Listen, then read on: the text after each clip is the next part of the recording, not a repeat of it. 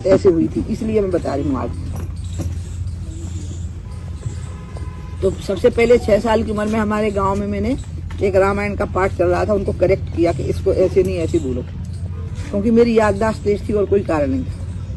तो उन्होंने कहा तुम्हें आता है? हमारे गांव के परमानंद तिवारी नाम था उनका। उनका मैं आता है, बोले सुनाओ। हमने उनको थोड़ा सुना दिया रामायण। तो धीरे धीरे गाँव वाले बोले कि अब इन्हीं का सुनेंगे। तो गांव में एक बारात आई, उसमें एक जिला शिक्षा अधिकारी हुआ करते थे, बीडी नायक। अब मैं ये बातें जो कर रही हूँ आपके सिर लाने से लाभ नहीं होगा, आप पिछले जन्म में भी जवान रहे होंगे जबकि बातें कर रही हूँ मैं। मतलब मैं आपके बात बता रही हूँ 66 की, 67 की। हाँ, तो क्या हुआ कि उनने मेरे को मतलब 60 साल में, मतलब 58 साल पुरानी बात कर रही हूँ, तो उनने सुन लिया। वो बारात में आए थे, वो तो बिल्कुल भक्ति भाव से भर गए। बुजुर्ग आदमी थे, रिटायरमेंट के करीब थे, प्रमोटिंग ऑफिसर थे वो शिक्षा विभाग के। तो सुबह लेके मुझे टीकमगढ़ में आए। यहाँ भाई लोग मेरे पढ़ रहे थे, कॉलेज में मेरा प्रवचन कराया। पहले कॉलेज में कराया, फिर हायर सेकेंडरी हुआ करता था, पहले हायर सेकेंडरी में करवाया। तो एकदम मशहूर होने लगी मैं। फिर छतरपुर में गई, वही छतरपुर रहने वाले छतरपुर के थे बीडी नायक साहब, तो वहाँ तो पूरा छतरपुर मेरा भक्त हो गया। फिर एक मानस सम्मेलन हुआ, यहाँ मानस सम्मेलन हुआ करता था पहले, आज भी उसको मानस का मैदान कहते हैं। जी हाँ, तो उसमें पूरे अयोध्या के बड़े बड़े रामायणी आए। उसी में नृत्य गोपाल दास जी ने मेरा प्रवचन सुना, नहीं परमहंस दास जी ने, वो भी आए हुए थे उसमें। पहले बड़े बड़े रामायणी आया करते थे। तो उसमें सुदामा प्रसाद गोस्वामी आए, जो विधायक थे तालबेट से, कांग्रेस के विधायक थे। हाँ, ठिकने थे, टोपी लगाते। वो तो पगला गए, मतलब गदगद हो गए बिल्कुल। और वो तो ले गए फिर मुझे, और मेरा जो तालबेट में विमान निकाला गया फिर मेरा, और घर घर पूजा की गई मेरी, वहाँ भी प्रवचन हुआ। फिर तो शुरू हो गया लहर, तेजी पकड़ती गई। राजमाता सिंधिया जी ने मुझे दवा में सुन लिया। फिर पता लगा मैं पढ़ी नहीं हूँ, पढ़ नहीं पाती हूँ, लिख नहीं पाती हूँ। तब तो याददाश्त अच्छी है थी। तो फिर उसके बाद मुझे घर में ट्यूशन लगाई गई, फिर स्कूल में एडमिशन भी कराया गया। तो मैं परीक्षा का जब समय आया, 6ठी में एडमिशन कराया गया। उम्र 8-9 साल की थी, क्योंकि तब एज बार नहीं था। अगर आपको पता हो, पहले एज बार नहीं होता था। आपकी योग्यता होनी चाहिए बस कि आप पढ़ लिख सकते हैं, तो उस हिसाब से पास करते रहते थे। तो मैं पहले 4थी पढ़ी, फिर 6ठी पढ़ी उसी 1 साल में। तो 6ठी का जब एग्जाम आया तो मेरा फिर प्रवचन का टाइम आ गया मानस सम्मेलन का छतरपुर में। तो परीक्षा दे नहीं पाई। तो मैं आज तक बता नहीं पाती हूँ मैं क्या पास हूँ, क्योंकि अगर मैं कह दूँ मैं 6ठी फेल हूँ तो मुझे लिखना चाहिए ना 5वीं पास। तो 5वीं तो की ही नहीं मैंने, तो मैं क्या कहूँ, तो समझ में नहीं आता। मैं अपनी एकेडमिक क्वालिफिकेशन नहीं लिख पाती हूँ। तो जब ये पता लगा कि ये पढ़ना और लिखना ठीक से नहीं जानती हूँ, तो होम लर्निंग हुई है, फिर होम ट्यूशन 1 साल पूरी, 73 से 74। उसमें मेरे को सारा पढ़ाया गया, क्योंकि दिमाग तेज था ना। इंग्लिश, हिंदी, साइंस सब आ गया पर मुझे। मतलब आप आश्चर्य करोगे कि मैं न्यूटन, आइंस्टीन सब पढ़ गई थी उस समय पे। सब जो उस समय की थ्योरी हुआ करती थी पूरी, सब पढ़ गई। तो उससे फिर मेरे को ज्ञान होता गया और मेरे को पढ़ने का चस्का लग गया फिर। तो फिर पढ़ाई में कमी नहीं है, लर्नेड पर्सन हूँ, मतलब पठित व्यक्ति हूँ।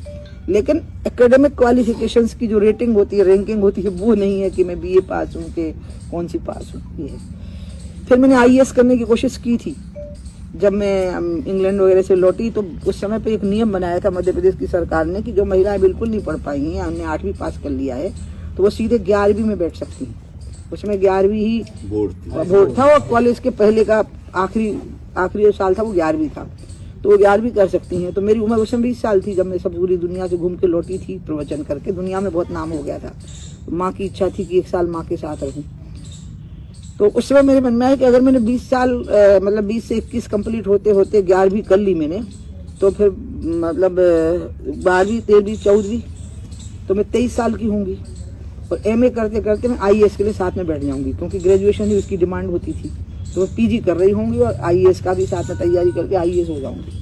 तो मैंने वो तैयारी शुरू की। इतने में माँ की डेथ हो गई उसी समय जब मैं 11वीं की परीक्षा देने वाली। फिर मैंने परीक्षा नहीं दी, और मेरे को हिंदी कम आती थी, अंग्रेजी ठीक से आती थी। तो बड़ा गांव में सेंटर रखा और मैंने कहा कि मीडियम मेरा अंग्रेजी रहेगा, हिंदी थोड़ी कठिन पड़ रही थी। तो फिर ये हुआ कि हो जाएगा, आपकी परीक्षा का पर्यवेक्षक जो है वो अंग्रेजी का, पहुंच जाते हैं लोग, खूब जानकार होते ही, तो पहुंच जाएगा कोई, आप दीजिए अंग्रेजी में दीजिए आप, और बड़ा गाँव से दीजिए। क्योंकि माँ के पास गाँव में रहती थी, टीकमगढ़ में घर ही नहीं था। तो फिर माँ खत्म हो गई तुरंत, तो मैंने छोड़ दिया। मैंने कहा हमको परीक्षा नहीं देनी। फिर घर बना है सिविल लाइन्स का, ये 81 में बना है। 81 का घर है ये मेरे राजनीति में आने से पहले का घर। ये जमीन जहाँ आप बैठे हैं ये भी 81 से 86 के बीच की है। राजनीति में आने के बाद तो संपत्ति कम हुई होगी, उस समय बहुत संपत्तिवान थी जब प्रवचन करती थी। गाड़ियाँ बहुत थी। मेरे भाई ने जन्मदिन का मुझे मतलब जो नया प्रोडक्ट भारत में गाड़ी का आता था मेरे को बर्थडे पे गिफ्ट हो जाता था। या तो भाई गिफ्ट करते थे या मेरे भक्त लोग। विदेशों में शिष्य नहीं बनाए, संस्था नहीं बनाई, ट्रस्ट नहीं बनाया, NGO नहीं बनाया, लेकिन लोग कुछ ना कुछ गिफ्ट करते थे। कोई घर बना रहा है तो कोई गाड़ी दे रहा है। मेरे पास गाड़ियाँ बहुत थी, एम्बेसडर, फिएट, नई मारुति आई तो भाई ने मेरे बर्थडे पे बिल्कुल नई निकोल मारुति मुझे भेंट की। ऐसे हुआ है। फिर उसके बाद में राजनीति की, छक्के राजनीति, खूब बड़े बड़े पदों पर पहुंची भगवान की दया से। पार्लियामेंट में ज्ञान में कमी नहीं मानी गई कभी। ये किसी के ध्यान में नहीं कि मैं कम पढ़ी हूँ, वो समझते थे मैं बहुत पढ़ी हूँ। और जब मैं वो भरती थी ना कॉलम की मैं कितना पढ़ी हूँ तो वो बहुत कंफ्यूज होती थी।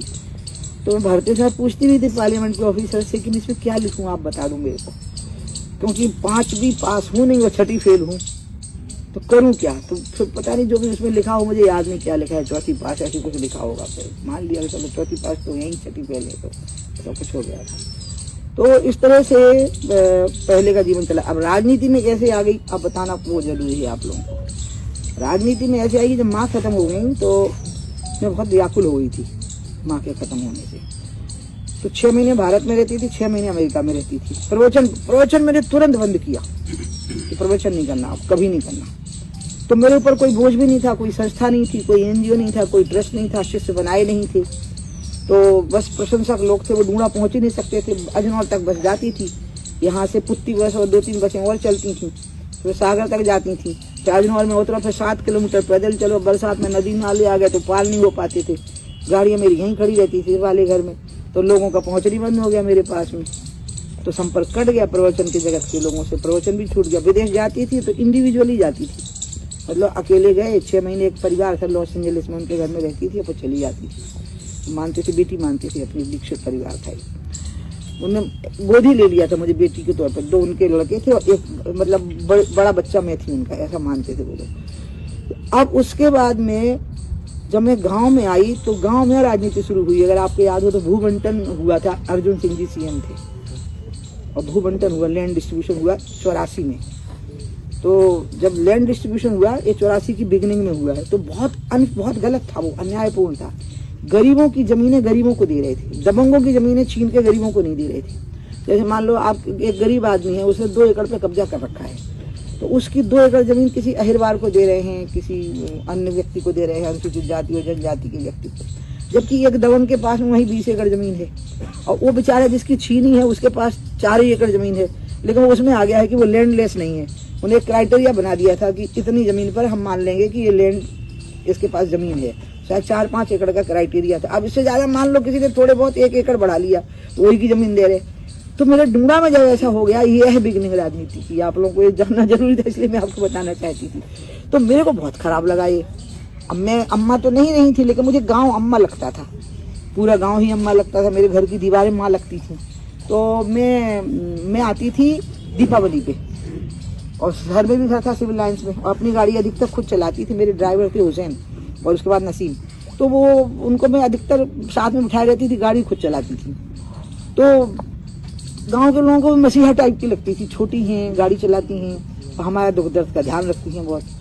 बस इतनी सी बात थी, कोई बड़ा काम नहीं कर रहे थे। सर्दियाँ आ गई तो उन्ना से दे रहे गए हम सबको, को की डिलीवरी की तकलीफ हो रही है और देख रहे के अस्पताल पहुंचाओ मुश्किल हो रहा है, तो गाड़ी में बैठ धर के ले जा रहे, रात में गाड़ी में धन्ना के मगर रहे और अस्पताल तक छोड़ गए। इतना मतलब इस टाइप के काम कर देती थी, इससे ज्यादा था नहीं। और बहुत अच्छी मैं बताऊं, मेरी जिंदगी का सबसे खुशनुमा दिन वही थे, कोई साल थे जब मैं गाँव में रही। मुझे महुआ के पेड़ में मैंने हेमक टांगा। हेमक होता था, आपने विदेशों के एक झूला देखे होंगे, प्रकार के ऐसे झूले होते हैं और उसमें लेटे हैं आप ऐसे। तो उसमें मैं किताबें पढ़ती रहती थी। और मैंने क्या उस समय पढ़ा है, मैंने मार्क्स, माओ और ये राधा कृष्णन, विवेकानंद और क्या बोलते हैं स्वामी दयानंद, ये सब मतलब धर्म के अलावा की पढ़ाई पढ़ी थी मैंने ठीक से। उसमें पूरे समाज को समझा ठीक से कि दुनिया कैसे चल रही। क्या मैंने विदेशों में बहुत भेद देखा था, रंग भेद। और गरीब लोग अधिकतर जो अफ्रीकी नस्ल के लोग थे, बहुत अन्याय के पीड़ित शिकार थे। इंग्लैंड में, अमेरिका में, सब जगह पर। अफ्रीका में भी गई हुई थी, वही मैंने ढूंढा में देखा, वो लैंड डिस्ट्रीब्यूशन में। तो उसमें अड़ गई मैं। कि नहीं आपको रद्द करना पड़ेगा, एक केस पड़ गई थी। तो उस पर यहाँ एक एडीएम थे बेचारे, वो मेरा प्रवचन सुनते थे, उनने सोचा नहीं था कि उनके घर के सामने प्रदर्शन कर दूंगी। तो मेरे घर के सामने अगर आपने देखा हो तो एसपी के घर के बाद एडीएम का घर आता है। अच्छा, उनकी लड़की मेरी दोस्त थी भारती। अब लेके मैं तो उनके घर सामने पहुंच गई, गांव के लोग भर लाई, लंबा किस्सा है, कभी सुनाऊंगी। बस चौहान बस चलती थी, वो रात में रहते थे और सवेरे आते थे करीब 9 बजे। तो हमने उनसे कहा कि आप सवेरे छोड़ो, नहीं तो बस नहीं चल पाएगी गाँव में। तो बोले ठीक है छोड़ देते हैं। तो एक खेप उनने पहले छोड़ दी, पूरी बस में से भरी, ऊपर भरी, तो 200-300 आदमी ठस के चले आ रहे। हमारी खुद की एम्बेसडर हम चला के ले आए, उनमें तो 10-15 ठस गए थे हमारी गाड़ी ले आए। और एडीएम साहब के घर के सामने प्रदर्शन हुआ, क्योंकि वो इसके इंचार्ज एडीएम थे यहाँ के टीकमगढ़ के। पापा बोलती थी बेचारे को मैं, तो वो तो कलेक्ट्रेट में थे, उन्हें खबर लगी कि उमा ने तो घर घेर लो, क्योंकि मेरी समझ में नहीं आया जाना कहाँ है, क्योंकि राजनीति की समझ ही नहीं थी। कलेक्ट्रेट जाना चाहिए था, मैं आ गई पापा के घर के सामने, और वहां हमने बैठ जाओ ये तो अस्पताल के लगा खबर लगी आदमन को, सुबह भी भगे।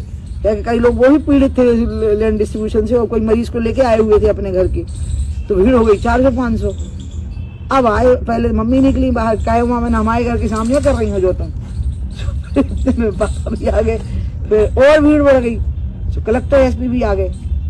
फिर कही अब क्या किया जाए, तो मैंने कहा देखिए गलत हुआ है। तो वो मुझे कहने लगे, पापा, नाम नहीं लूंगी उनका, बड़े अधिकारी थे बेचारे, अब नहीं रहे हैं वो, मैं उनको पापा ही कहती रही अंतिम समय तक, जब उनकी मृत्यु हुई तब तक।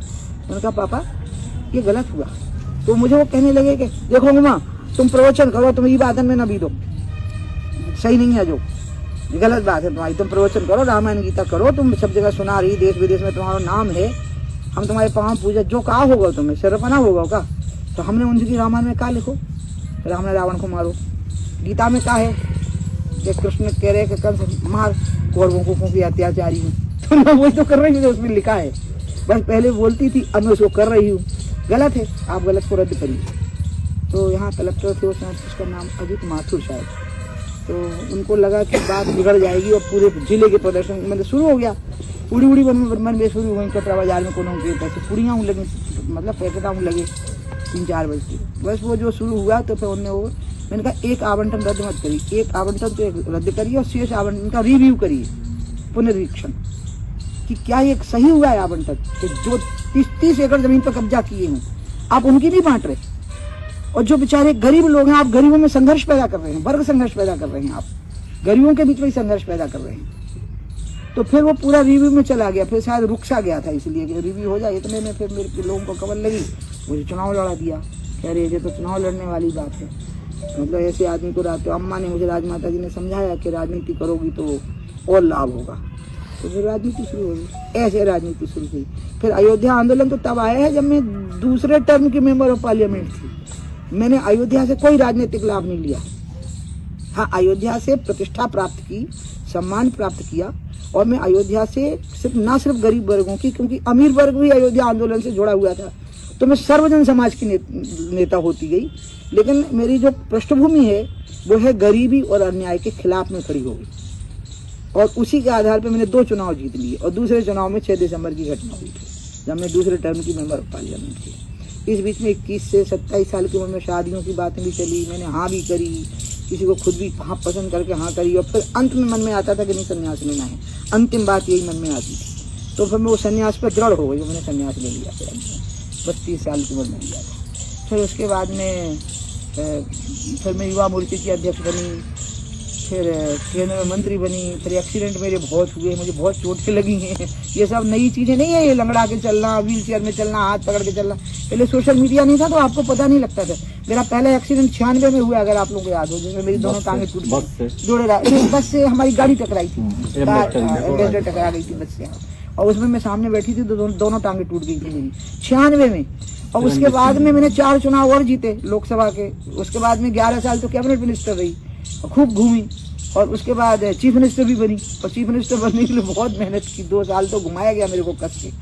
तो इसलिए राजनीति आते आते आते आते एक समय ऐसा आ गया, मैं आपको सच बताऊँ, आप घर के लोग हो, हम लोग एक ही परिवार के लोग हैं, एक प्रकार के, मुझे बहुत थकान लगी भीड़ से, क्योंकि मैं तो 6 साल की उम्र से भीड़ में घिर गई थी।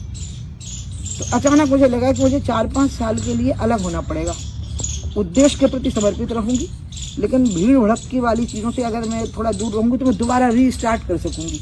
नहीं तो ये किसी भी समय ऐसा हो जाएगा कि अब मैं कोलैप्स कर जाऊँगी अचानक। और आदमी जब कोलैप्स करता है ना कि अब मुझे नहीं करना, तो फिर उससे क्या है, मैंने एक आर्टिकल पढ़ा, एक बहुत पुरानी फिल्म स्टार थी सुरैया, तो उसकी जीवनी कोई इंटरव्यू चल रहा था उसका, एक आहा जिंदगी नहीं क्या नाम था उसका, सेवी, तो उसमें आई बिलीव करके एक का इंटरव्यू, मेरे भी उसमें 2-2, 3-3 इंटरव्यू हो चुके थे, तो मैंने उसका पढ़ा, तो जिसमें वो कह रही थी कि उससे पूछा गया कि आपने तो बहुत छोटी उम्र में फिल्म में काम करना क्यों छोड़ा, तो उसने कहा कि मैं लाइट, मेकअप, कैमरा, एक्शन से परेशान हो गया और इसी बीच में मुझे टाइफाइड हुआ और मैंने 5-6 महीने आराम किया, तो मुझे इतनी थकान लगी कि मैं दोबारा फिर काम नहीं कर सकी, मुझे लगा कि मैं बहुत थक चुकी हूँ। तो मुझे भी ये लगा कि मुझे अंदर अंदर लग रहा है कि मैं थक चुकी हूँ, लेकिन पार्टी मुझे आराम नहीं करने दे रही है, पूरे समय दौड़ा रही है, पूरे समय दौड़ रही हूँ। पहले प्रवचन के लिए दौड़ा है, फिर राजनीति के लिए दौड़ा है, और सिर्फ वो काम कराए गए हैं जिसमें जब पार्टी बन रही थी, संघर्ष में थी पार्टी, तो संघर्ष के दौर में सबसे ज़्यादा डिमांड का चेहरा मैं थी, तो और अटल जी और आडवाणी जी प्रतिष्ठावान नेता थे, डिमांड ज़्यादा थी, तो सुविधाएं वो नहीं थी जो अटल जी और आडवाणी जी की थी। आप समझ गए ना, सुविधाएं उनसे थोड़ी कम थी, क्योंकि I was a very young leader, but I was very much in A demand leader. तो उसके कारण जो परिणाम आया, मैं एकदम बहुत, मेरे को लगा 19 में कि अब मुझे कुछ दिनों के लिए थामना पड़ेगा अपने आप को, थम के मुझे वो काम करने पड़ेंगे जो थम के ही होने हैं। उसी में फिर गंगा का काम कर ही रही थी मैं, तो गंगा का काम है, गऊ का काम है, शराब का काम है। अपने जीवन का एक पल व्यर्थ नहीं करती हूँ मैं, आपको बताऊँ, एक पल। मैं चाहे पूजा पाठ करूँ या ना करूँ, आपको लगता होगा मैं बहुत पूजा पाठ करती हूँ, ऐसा नहीं होता। कई बार मैं रात को 12 बजे नहाती हूँ, दिन भर किसी काम में लगी रहूँगी, शांत। लेकिन जो मैं काम कर रही हूँ वो एक आंतरिक शांति प्रदान करते हैं, और शारीरिक श्रम उसमें कम होता है मेरे को, शारीरिक श्रम, मानसिक स्ट्रेस कम होता है। एक तो मेरे एक रोग की हद तक मुझे एक प्रॉब्लम है कि मैं अपनी ईमानदारी को बहुत सिंसियरली लेती हूँ। तो अगर मान लो मैंने लोकसभा का चुनाव लड़ा, तो आप लोग तो बहुत से लोग छोटे हैं, लेकिन जो पुराने लोगों ने याद आएगा, मैं हर चीज़ पे अपने क्षेत्र में खड़ी हो जाती। मैं मिनिस्टर थी तब भी, रात में ट्रेन पकड़ी और सोच जगह मिली तो ठीक, नहीं तो बैठ गए, एसी सेकंड फर्स्ट जो मिला, और सीधे झांसी से कार पकड़ी और स्पॉट पर पहुंच गए, जहाँ प्रॉब्लम हो गई वहाँ तुरंत पहुंचती थी। बल्कि लोग कहते थे कोई जादू आता है, कैसे पहुंच जाती है। उसका कारण ये था कि सोचती नहीं थी और चल देती थी बस, कि अरे समस्या आ गई है, पहुंचना है। तो ऐसे मेरे को ना चिंता बहुत रहती है, फिर जिस कॉन्स्टिट्यूंसी से चुनाव जीता है वहाँ की एक एक बात की। तो मेरे को लगा मैं एक साथ बहुत सारे काम नहीं कर पाऊंगी। तो मिनिस्ट्री में भी गंगा का ही काम कर रही थी, जिसमें गऊ का भी जोड़ लिया, शराबबंदी का भी जोड़ लिया, और ये सामाजिक हित के कार्य हैं, इससे मानसिक संतोष रहता है। और पार्टी ने जब कहा तो मैंने चुनाव प्रचार में भी भाग लिया, 2022 में चुनाव प्रचार में भाग लिया। तो 2023 में स्टार प्रचारक की सूची में नहीं थी, तभी मैं प्रचार करने आई। कई वीडियो भी मेरे गए, क्योंकि मेरे को स्लिप डिस्क भी हो गई थी, वैसे भी तो मैं बिस्तर पे थी, लेकिन 30-40 जगहों पर तो वीडियो ही गए मेरे पे चुनाव जीतने की अपील करते हुए। मुझे इससे कोई फर्क ही नहीं पड़ता है कि मुझे स्टार प्रचारक की सूची में वो रखते हैं कि नहीं, क्योंकि वो जिनको मेरी जरूरत होती है फिर वो पार्टी से मांग के मुझे ले जाती है। पार्टी कह देती है वो हाँ करें तो उनको ले जाओ। जैसे ज्योतिरादित्य जी ले ही आए थे, अनुराग शर्मा ले ही आया था मुझे अभी 24 के चुनाव में, भरत कुशवाहा भी ले आया था, मैं आ गई थी। यहाँ भी जब वोट डालने आई थी तो वीरेंद्र ने जो 2 सभाएँ कही थी वीरेंद्र जी ने कर दी थी उनकी। तो मेरे को ये कोई इशू ही नहीं रहते हैं, क्योंकि मैं नेताओं की बनाई हुई स्टार नहीं हूँ ना, मैं आप लोगों की बनाई हुई स्टार हूँ। तो मैं तो आप लोगों के हृदय में स्थापित हूँ। तो इसलिए हमें नेताओं से यही चाहिए कि हम एक प्लेटफॉर्म में काम कर रहे हैं, मैं उनकी सहयोगी हूँ और मैं मोदी की प्रशंसक हूँ। मैं मोदी जी के लिए बहुत आदर और श्रद्धा का भाव रखती हूँ, बहुत ज़्यादा। और अब मैं आती हूँ, अभी बात हमने बता दिया अपने बारे में, तो आप लोग ये समझ लेना कि मैं यहाँ इसलिए लौटी हूँ, मैं इसको रिव्यू कर रही हूँ कि जब मैं चुनाव लड़ी थी और जीती थी तो एक नारा लगा था मेरे बारे में कि उमा भारती आई है, नई रोशनी लाई है, और रात अंधेरी बीतेगी, उमा भारती जीतेगी। क्योंकि उस समय पे ना गाली गलौज नहीं होता था। मैं पहला चुनाव लड़ी थी तो विद्यावती जी थी, लेकिन विद्यावती जी ने मुझे हमेशा बेटी के समान कहा और मैंने उनको मम्मी कहा। फिर दूसरा हुआ तो रामरतन जी लड़े, तो उनको भी हाँ एक दूसरे के प्रति अपशब्दों का प्रयोग नहीं हुआ। हाँ फिर क्या नाम था उनका, वो लड़े यहाँ के मानवेंद्र सिंह लड़े, तो वो भी कभी ऐसा नहीं हुआ कि अपशब्दों का प्रयोग हुआ हो। तो तनाव कभी नहीं होता था संबंधों में। चुनाव लड़े, बहुत आराम से चुनाव लड़े, जीते। लड़ी बहुत हूँ मैं सामंतवाद के खिलाफ, लेकिन जिनसे लड़ी हूँ उनके घर में भी मेरे लिए कड़ी और चावल पकता था। तो वहीं लड़ी हूँ, वहीं घेर रही हूँ, और वो कह रहे थे खा जाओ, तुम्हारे लाने खाना भी ही बनोगे। तो वो जो कांग्रेस के नेता होते थे वो थोड़े इधर उधर भाग जाते थे, उनकी पत्नियां जो घर के अंदर होती थी, जो पाँव गाँव में परंपरा होती ना, पंजे से पाँव दबाना शुरू करते हैं, तो मेरे ऐसे यहाँ तक पाँव दबाए और फिर कढ़ी चावल रख दिया मेरे सामने के लो खाओ, और उन्हीं का घेराव किए होगी। तो इसलिए जो हुआ इतने आनंद में हुआ आपने देखा नहीं, मेरा यहाँ का समय नहीं देखा जो आनंद का समय था। अब मैं उसको रिव्यू करने आई हूँ कि क्या वो नई रोशनी आई है जिसकी छोटे बच्चों ने नारे लगाए थे। छोटे छोटे बच्चे नारे लगाते थे, बच्चों को मैं बहुत पसंद थी, मैं छोटी थी ना, बहुत चुनाव लड़ रही थी, उनको छोटी ही लगती थी, दुबली पतली बहुत थी, तो उनको अपने ही टाइप की लगती थी, तो एकदम भीड़ भागती थी मेरे पीछे। और कांग्रेस की गाड़ियों को खजड़े का काम ही वही भीड़ करती, धुआं फेंक देती थी कांग्रेस की गाड़ी से, तो छिड़क जाते थे मेरे विरोधी की गाड़ी देख करके। तो बच्चे नारा लगाते थे, उमा भारती आई है, नई रोशनी लाई है, और बच्चे 40-40, 50-50 साल के हो चुके होंगे। तो मैं ऐसे ही मैंने सोचा कि थोड़ा यहाँ ठहर के काम तो मैं कर ही रही हूँ, गंगा का काम ठीक से कर रही हूँ, आपने सुनी होगा प्रयाग का मेरा कार्यक्रम बहुत बड़ा हुआ है अभी, और सरकार भी बहुत अच्छा काम कर रही है, मैं सरकारी योजना बहुत अच्छी बना के आई हूँ गंगा की। और गऊ के लिए भी मोहन यादव जी के साथ में मेरी बहुत अच्छी ट्यूनिंग रही, शराबबंदी के समय पर शिवराज जी के साथ रही। शिवराज जी के समय पर जो नीति बनी वो नीति जमीन पर सफल इसलिए नहीं हो पा रही है क्योंकि इसमें जनप्रतिनिधियों की भागीदारी बहुत बड़ी है, तब यह नीति सफल होगी। नीति बहुत सुंदर, इतनी सुविचारित नीति है, शिवराज जी ने इतना विचार मंथन किया और मोहन यादव ने इसमें एडिशन भी किया। आपको पता ही होगा 17 शहर जो नए जोड़े, जो धार्मिक शहर हैं, कि वहाँ पर भी शराब हम बिल्कुल ही नहीं पीने देंगे, मतलब हम नई ही नीति में एडिशन कर रहे हैं कि वहाँ शराब नीति के अनुसार भी नहीं खुल सकती है दुकान, कोई वहाँ की एक नीति है कि वहाँ दुकान नहीं होगी, पानी पिला दो। तो इसलिए सब मुख्यमंत्री लोग ठीक ही रहे, मेरे को कोई प्रॉब्लम नहीं है किसी भी चीज से, लेकिन प्रॉब्लम यह है कि जनप्रतिनिधि इसमें रुचि नहीं लेते। अब जनप्रतिनिधि में किसको कह रही मैं आपको बताती हूँ। जनप्रतिनिधि से मतलब है, आप देखो ग्राम पंचायत में कितने पंच और सरपंच होंगे, जनपद पंचायत में कितने सदस्य और जनपद अध्यक्ष होंगे, नगर पंचायत नगर पालिकाएं कितने होंगे, बहुत। कि जो हमारी सरकार की नीति है और हमको इसको अक्षरशः लागू करना है, तो बोलो लागू हो जाएगी कि नहीं, लेकिन क्या वो ध्यान देते हैं इस पर, अनदेखी करते हैं इसकी। तो इसलिए मैं क्यों दोषी ठहराऊं सरकार को या पुलिस को। पुलिस पूरे टाइम नहीं खड़ी रह सकती है, जब लॉ एंड ऑर्डर बिगड़ा तो पुलिस को बुला सकते हैं आप, लेकिन गलत जगह पे दुकान बन रही है तो पार्षद का काम है, पंच का काम है, जिला पंचायत सदस्य का काम है, नगर पंचायत का काम है कि आप खड़े हो जाइए कि ये गलत जगह पे बन रही है, आपकी सरकार है, आप खड़े हो जाइए, रोकिए। अधिकतर बीजेपी के ही लोग जुटे हुए हैं सभी जगह पे। तो मैं इसमें जनप्रतिनिधियों का फेलियर मानती हूँ, सरकार का नहीं मानती। शासन और प्रशासन को इसके लिए मैं जिम्मेवार नहीं मानती। हाँ, अगर प्रशासन के लोगों को कोई शिकायत हो रही है और फिर वो कार्रवाई नहीं कर रहे हैं तो अलग बात है। तो इसी दिशा में हम आगे बढ़ रहे हैं। अब मैं अपना कथन शुरू करती हूँ। तो पहली चीज तो मैं ये मानती हूँ, जो हम पाकिस्तान का हाल देख रहे हैं अभी मुझे पता नहीं कि इमरान खान से मुलाकात की बात जो कही गई कि दिसंबर में मुलाकात करा दी जाएगी परिवार से, लेकिन जो पाकिस्तान के हालात हो रहे हैं उससे लग रहा है कि पाकिस्तान स्वयं आपस में अंतर्द्वंद में खत्म होगा। और ऐसे लोग इसी तरह से खत्म होते हैं। आप अतिवाद को जब बढ़ावा देते हैं तो अतिवाद आपको नष्ट कर देता है। अतिवाद हमेशा भस्मासुर होता है, ये नष्ट करता है। आपको हमेशा सम्यक मार्ग पकड़ना पड़ता है। महावीर स्वामी ने एक बहुत अच्छे शब्द का प्रयोग किया था, महावीर जी ने, सम्यक मार्ग, कि अति नहीं करिए, आप किसी भी छोर की अति पर मत जाइए।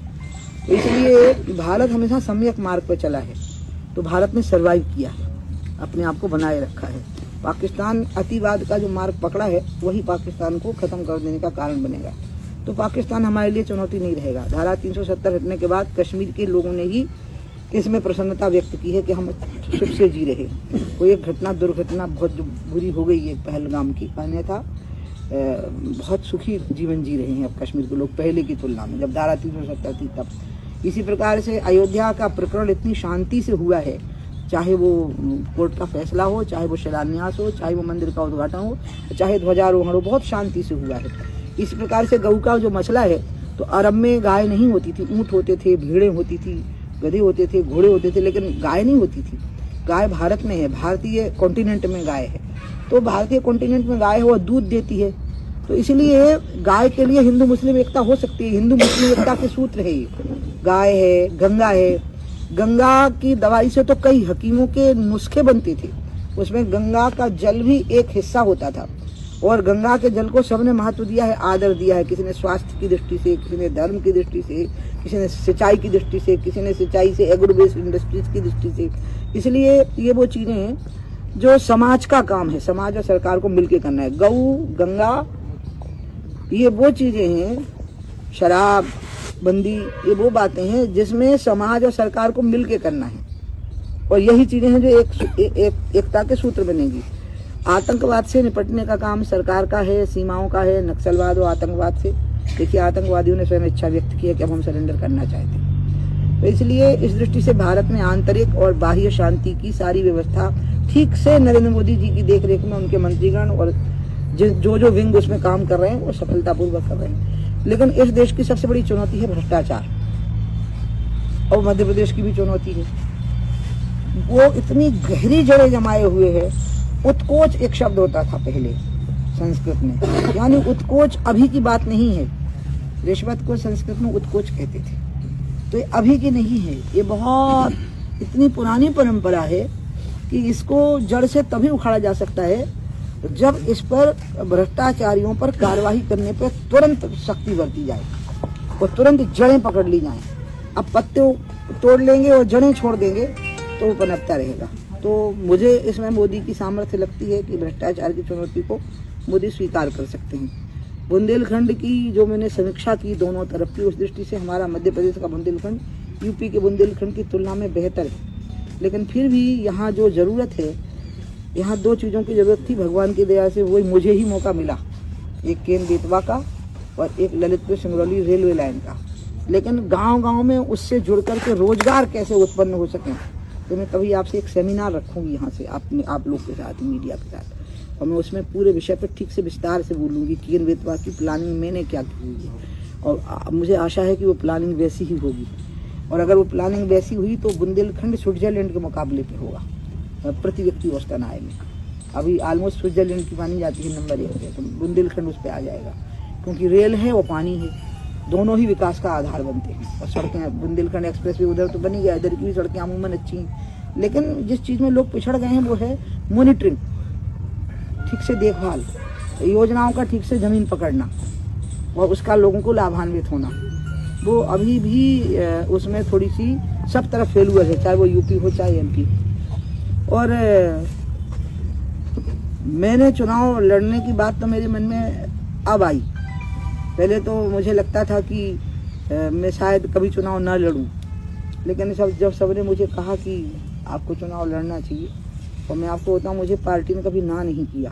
हाँ, मतलब पार्टी ने प्रस्ताव भी किया, मुझे बताया। जैसे 19 के लिए जब मैंने 18 में ही घोषणा कर दी, मैं तो बहुत 6 महीने पहले ही बता देती थी कि नहीं लड़ूंगी, तब भी कहा कि नहीं आपको लड़ना हो तो बता दो। उन्होंने कहा नहीं हमें नहीं लड़ना। तो मेरा बहुत सम्मान किया अमित शाह जी, और मुझे कहा कि पार्लियामेंट बोर्ड की बैठक में कि ऐसे बहुत कम लोग, तुम दीदी हमारे यहाँ है, हमारे लिए गर्व की बात है। तो मैंने 24 का अयोध्या के कारण कहा कि अयोध्या में मैंने देखा कि ये क्यों हो पाया, क्योंकि अशोक सिंघल एक ऐसे महापुरुष थे जिनकी वजह से ये हो पाया, वो दृढ़ बने रहे इस पर।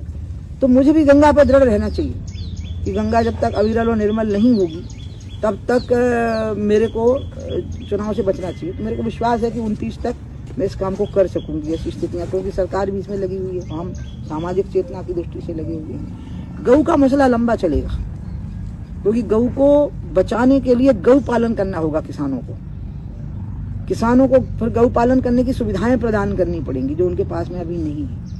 वो खत्म हो गई हैं वो सुविधाएं जो गाय को रखने की होती है, वो लंबा विषय है। तो अभी गऊ पालन गाय को बचाएगा, जो एक जल्दी पकड़ में नहीं आ पाएगा, लेकिन अगर सरकार ठीक से लग गई इसमें तो हो जाएगा। गंगा जल्दी हो जाएगी, मुझे ऐसा लग रहा है, अविरल और निर्मलता, क्योंकि मोदी जी भी प्रतिबद्ध हैं गंगा के लिए। तो मैं बड़ी प्रसन्नता से काम कर रही हूँ, कोई आक्रोश नहीं है, कोई गुस्सा नहीं है, कोई निराशा नहीं है। तो मुझे लगा 29 तक एक आत्मसंतोषजनक स्थिति तक मैं इन चीज़ों को देखूंगी तो फिर मैं निश्चिंत होकर चुनाव लड़ सकूंगी। इसलिए मैंने चुनाव को कह दिया था, और जब कह दिया है तो लड़ूंगी। पहले कह दिया था नहीं लड़ूंगी तो नहीं लड़ी, अब जब कह दिया कि लड़ूंगी तो लड़ूंगी। तो अब दोबारा एक बात तय हुई हमारी पत्रकारों के साथ, अब जगह वगैरह नाम नहीं पूछेंगे अभी, वो अच्छा नहीं होता, तो उससे उथल पुथल पैदा होती है और ठीक नहीं होती। ठीक है, अब आप लोग भी नहीं पूछेंगे। अब मैंने अपनी बात कह दी, इसमें से जो दिखाना है वो दिखा देना। मुझे तो आप लोगों से बातें करनी थी,